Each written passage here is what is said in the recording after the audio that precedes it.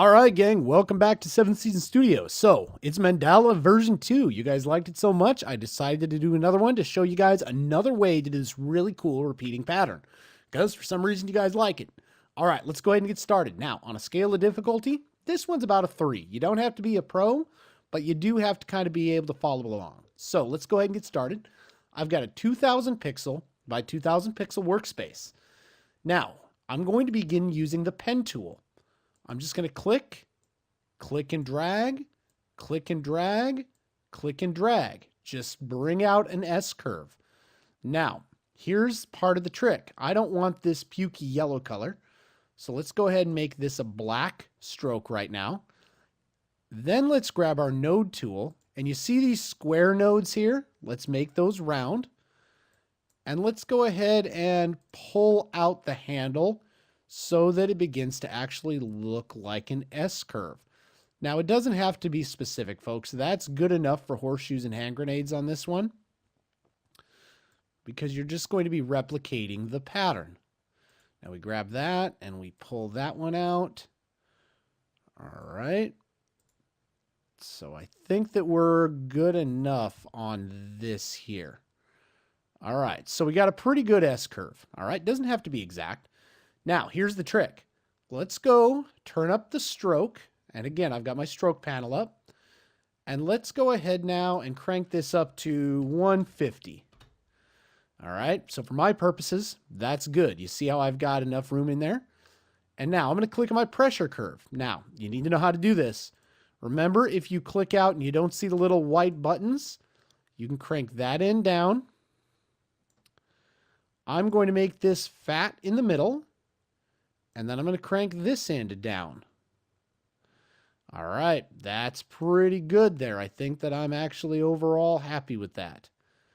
All right, cool. So I got this profile set. That's going to be key. Now, let's go ahead now. Make sure you select, deselect so that you're not working in the same group. And now with your pen tool selected, let's go ahead and do 2 more, let's say, of these. All right, now grab the node tool. Now, what do we do with the square nodes? We turn them into round nodes. And then we're just going to go ahead and you see that we're just creating a series of strokes. Now, that square node needs to become round. Boom. All right, that's looking good. All right, and we're just manipulating it until I get something that looks quasi-round. Now, if you need something like this, we can go ahead and delete that. And we can just do that if you want. Don't be held up on ceremony.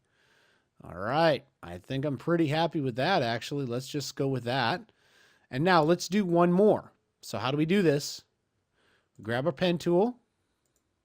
Oops, Control Z, I forgot to deselect. And now we grab the pen tool. And I'm going to go ahead and drag out a line. I'm coming over to my node tool. And I'm going to go ahead and make sure that line hugs up with this line. All right, looks good. All right, looks good. All right, that looks pretty good. Let's do one more just to make sure. And this is looking an awful lot like how I do tribal. All right, let's go ahead and bring this one out, bring that one up, and bring this one in. All right, perfect. We're only going to do 3 of these. I promise we're stopping after this. And once you get the hang of this, you can do as many as you want in order to make this work. Okay, I'm going to go ahead and bring that just like that. Now I'm going to make this a round node. Beautiful. This is also, by the way, folks, the basis for filigree. All right. So I'm happy with that. I think that that's a nice look there. I'm going to go ahead and just crank that up a little bit there. All right. Cool. All right. We're good enough for horseshoes and hand grenades there on this. All right. Now let's take a look at our layers panel. We're done with the stroke panel. Bring that one in. Now we're coming out to our layers panel. Now you see that we have one group. You see the group is all composed of different curves. So we're going to call this pattern. All right, perfect. Now we're going to collapse the pattern. Now we're going to come out and we're going to select the pattern just like this. And now with control selected, we're going to go ahead and we're going to shrink it. All right, perfect. And we're going to bring it into some semblance of something that looks good. That looks good. All right, now we're going to crank it 90 degrees. I'm not going to be too terribly, concerned with it, but you could shift it if you wanted to. And you'll see this little area in the middle. This is the rotation center right here. Let's go ahead and move that over to this point right here. And now with my move tool selected, I'm just going to crank this guy down. Now, let's change the color of this because what we have is really a bunch of strokes, right? And the strokes are black. So let's go ahead and crank this down. Let's make this a yellow. All right, folks. So now with this shape done, we're now going to come over here and I want to create a new rectangle. Now, I'm going to make sure my fill is set to just a common swatch here. You don't have to do this. And I'm just going to go ahead and I'm going to pull down a square. Just like so. All right, beautiful. Problem solved, problem staying solved. Now, let's go ahead and dig that out of the pattern. We want this on its own layer, right? Now, we're going to put down a gradient fill. So to go to the fill with a gradient, we grab the fill tool. And now let's pull a fill. Now, this is a linear gradient. We want a radial gradient. And I want this thing to go all the way to Wonderland here. And with that dark purple, I'm going to want it to be black. Oh, I'm on the wrong one there. There we go. Dark purple, black.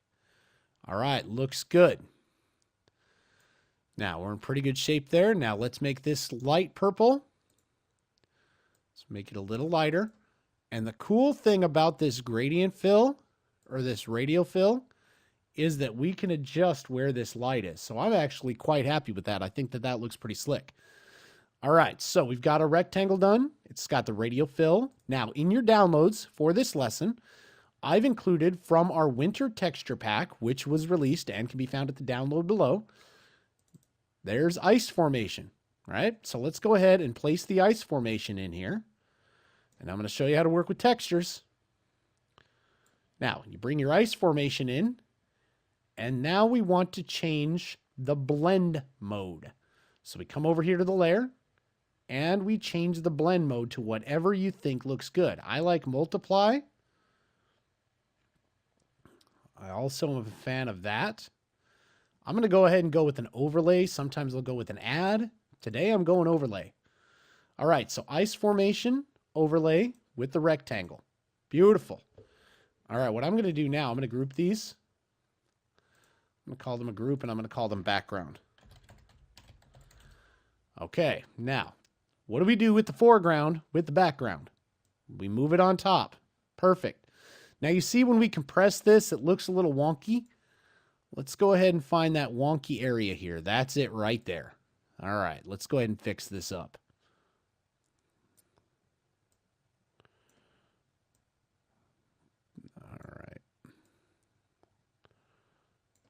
All right, I'm happier with that now. All right, we're good. So now with the pattern, here's the trick. Go ahead and switch its blend mode now to, let's put that to an addition blend mode. Now you're saying, what am I doing here?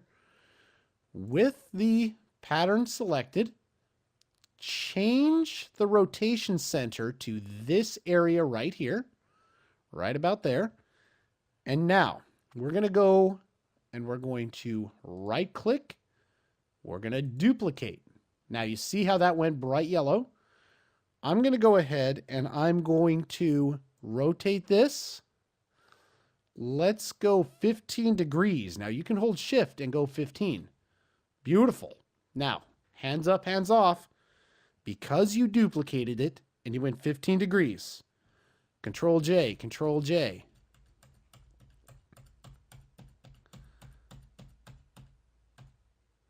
Boom. That's how that works. Instant Mandala right off the bat. All right, so now with all of your layers selected, watch this. We can come into Effects, we can come down to the outer glow and we can crank that bad boy up. Beautiful. All right, look at that. That looks gorgeous. Now let's go ahead and make this shine here. Okay, looks good. You can do a lot with this here. You can change that up. You can change the radius up a little bit, make it not shine quite as much. And then you can come in here with the 3D effect.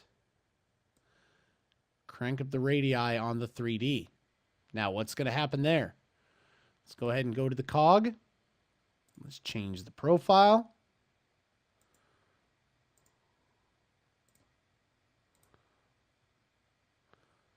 Boom.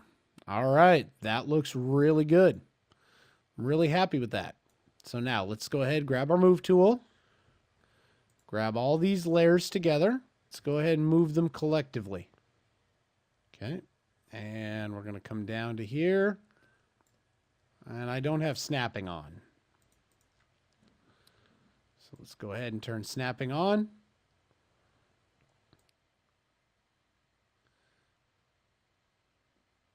Get it where we need to get it. Beautiful. Put it in its final resting place. All right, so that's a really cool way to do some really cool mandala work. You've applied a texture. You've applied a gradient fill to the background. You've duplicated a pattern multiple times. You've used a lot of blend modes. This thing is super cool. All right, so we're going to go ahead and we're going to leave it here. Hope you learned a little something about Affinity Designer. If you like it, go ahead, give it a thumbs up, subscribe to the channel. And if there's something you want to know how to do in Affinity Designer, hit me up at the link below. Other than that, check out our training, a complete 10-hour guide to Affinity Designer, the most comprehensive training out there on the Affinity Designer program. All right, Jeremy Hazel on behalf of 7th Season Studios, thank you for watching. We'll see you in the next one.